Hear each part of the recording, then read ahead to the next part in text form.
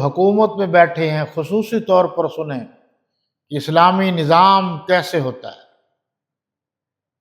یہ حضرت عمر رضی اللہ تعالیٰ عنہ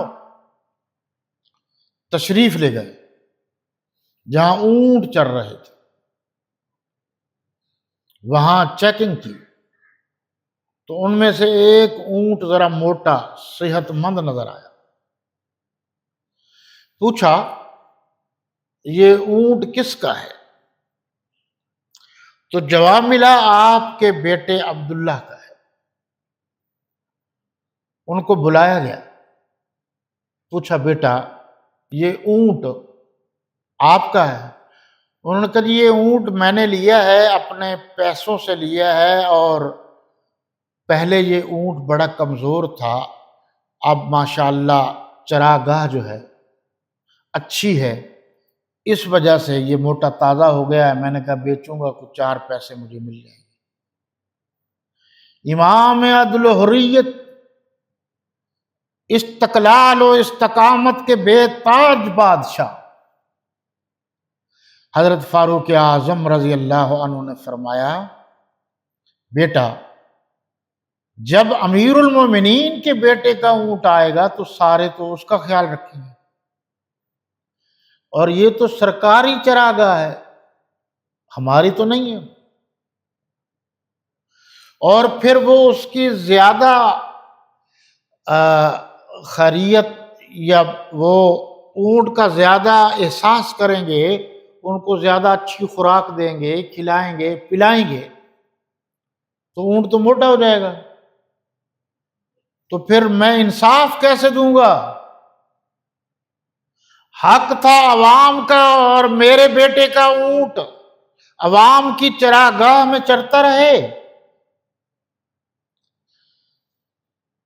تو امام ثانی مولا عمر رضی اللہ تعالی عنہ نے فرمایا بیٹا فوراً اس اونٹ کو بیچ دو،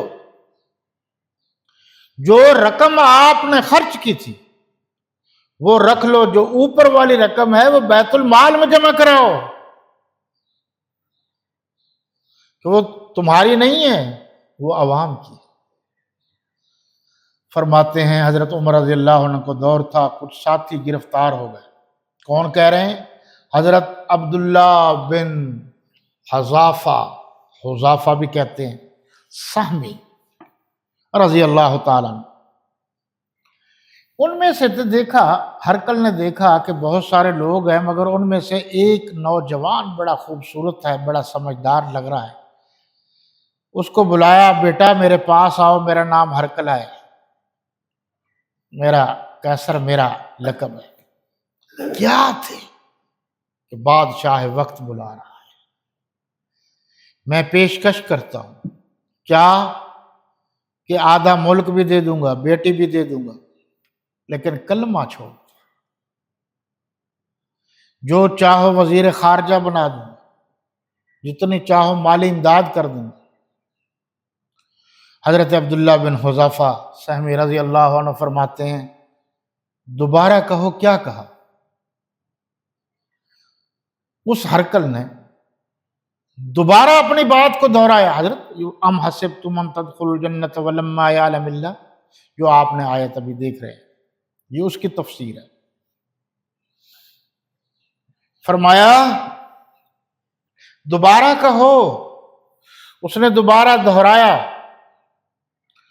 تو اس نے کہا اللہ جانتا ہے، جس کے وہ عربی میں جیسے کہتے ہیں والذی نفسی بیدہ، جس کے قبضہ قدرت میں میری جان ہے، میں اس کو گواہ بنا کے کہتا ہوں بلا شرکت غیرہ، تم تو ایک ملک کی بات کر رہے ہو، تم ساری دنیا کے بادشاہ ہوتے اور میرے سر پر تاج رکھ دیتے، اور پھر بھی میں اپنے نبی سے محبت، عشق اور کلمہ کبھی نہ چھوڑتا۔ ان باتوں پر آپ ذرا دھیان دیں، کتنا کہنا آسان ہے، عشق کتنا مشکل ہے۔ حضور صلی اللہ علیہ وسلم خطاب فرما رہے تھے، صحابہ کرام تشریف فرما تھے، حبیب بن زید انصاری ایک صحابی رسول تھے، وہ چھابڑے میں کھجوریں بیچتے تھے۔ اس دور میں مسلمہ کذاب نے نبوت کا دعویٰ کیا، تو ساری کائنات کے آقا و مولا، مسلمانوں کے دلوں کے ابدی حکمران حضور صلی اللہ علیہ وسلم نے فرمایا، کون ہے جو اس بدبخت کو ٹھکانے لگائے؟ حبیب بن زید کھجور کھا رہے تھے، کھجور کی کچھ گٹلیاں اور چیزیں گر پڑیں اور کچھ صحابہ کرام کے کندھوں پر گری، تو صحابہ کرام نے کہا، حبیب جلدی کر رہے ہو، صبر کر لیتے، کھجوریں تو کھا لیتے۔ تو کہنے لگے، کیا بات کر رہے ہو، میرے نبی کا حکم آ گیا ہے، ہو سکتا ہے کوئی اور نمبر لگا لے۔ آپ صلی اللہ علیہ وسلم نے دعائیں دی اور فرمایا، جاؤ حبیب بن زید انصاری رضی اللہ تعالیٰ عنہ وہاں چلے گئے، اور وہاں جا کر پتہ چلا کہ یہ بڑا بدبخت ہے، تو اس نے پیغام پہنچایا۔ اس دور میں آپ جانتے ہیں کہ جو بڑے بڑے بادشاہ ہوتے تھے ان کے سیکٹری وہ خطوط وغیرہ پڑھتے تھے۔ جب خط دیا گیا تو اس سیکٹری نے پڑھا، جیسے ہی وہ پڑھتا گیا مسلمہ کذاب کو بڑا غصہ آیا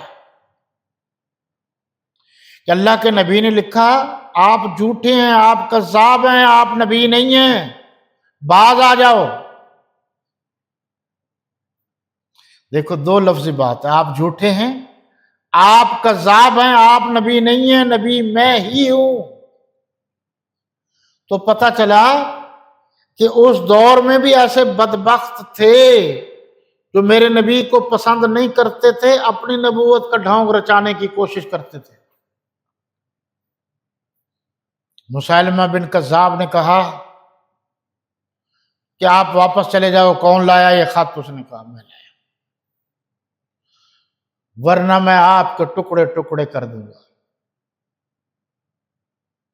ان کا ہم اپنے نبی کے لیے جان دینا سعادت سمجھتے ہیں، اس سے بڑی اعزاز کی بات کیا ہوگی کہ ہم اپنے نبی پر ٹکڑے ٹکڑے ہو جائیں، وار دیں ہم اپنے آپ کو۔ اس نے کہا کہ کیا تمہیں جان عزیز نہیں ہے؟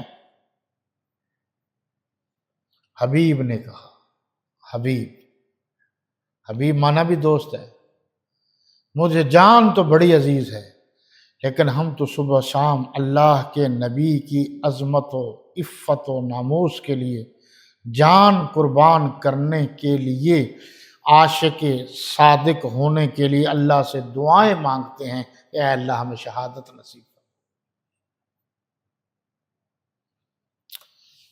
آپ یہ سن کر حیران رہ جائیں گے کہ اس نے اس صحابی رسول کے جسم کا ایک ایک ٹکڑا اس کو کاٹا،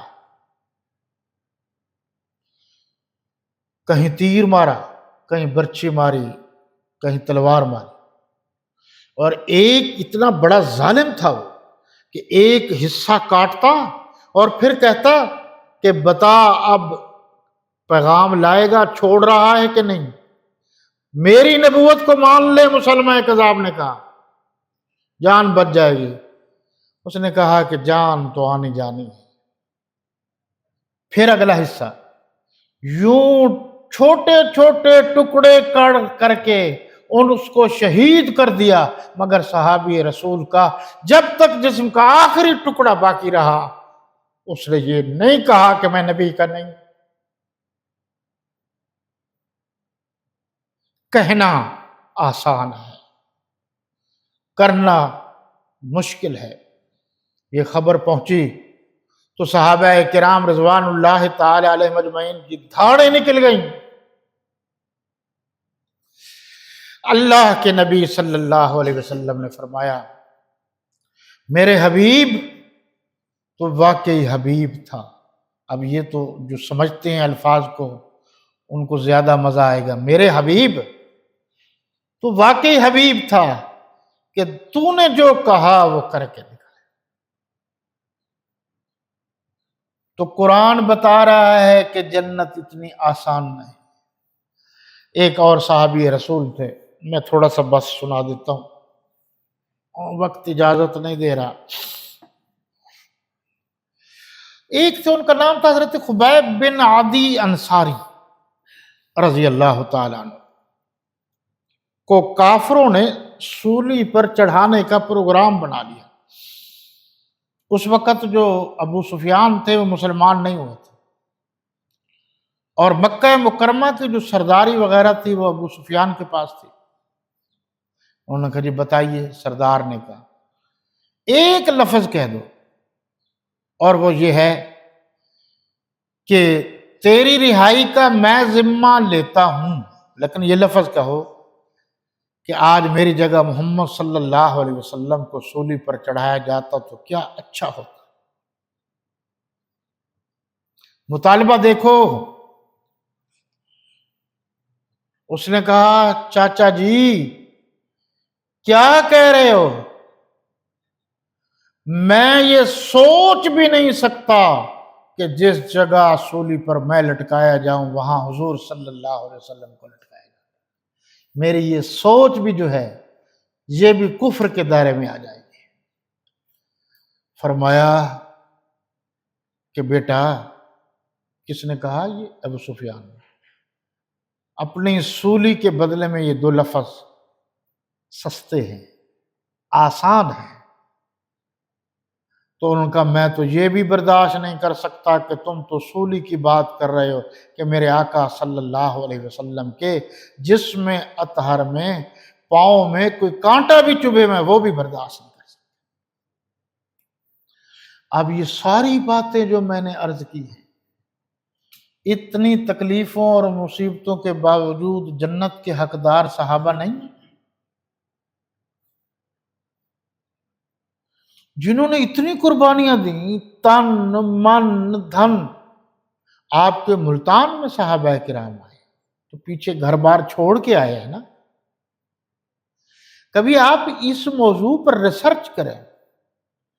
دو چیزیں ہوتی تھی، یاد رکھنا میری بات، کہ صحابہ کرام کو جب اللہ کے نبی صلی اللہ علیہ وسلم نے فرمایا کسی گورے کو کالے پر، کسی کالے کو، لا فضل لعربی ولا لعجمی الا بالتقوی، کسی گورے کو کالے پر، کسی کالے کو گورے پر سوائے تقوی کے کوئی فضیلت نہیں۔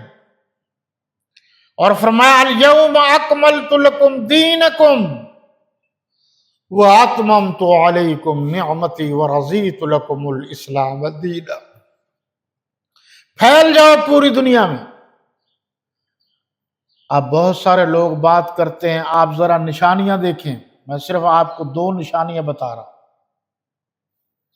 صحابہ کرام نے کہاں ٹھکانہ لگایا؟ وہاں سے جب تشریف لے آئے، کچھ نہیں ہے، کوئی رشتہ داری نہیں ہے جہاں جا رہے تھے، کوئی برادری نہیں ہے، کوئی تعلق نہیں ہے، کوئی جیب میں پیسے نہیں ہے، حکم آیا ہے بس آپ یہ جلا جیم کی طرف جائیں، تحصیل میلسی اور باقی علاقوں میں غور کریں۔ ان کے وہاں ٹھکانے ہیں جہاں سب سے پہلے دریا تھے، اس وقت بڑی نہریں تھیں، پانی کا انتظام، اور ساتھ کچھ کھجوریں۔ اس دور میں تو آپ کو پتہ ہے کہ اس طرح کی سختیاں نہیں تھیں، وہ پانی پی لیتے تھے، کھجوریں کھا لیتے تھے۔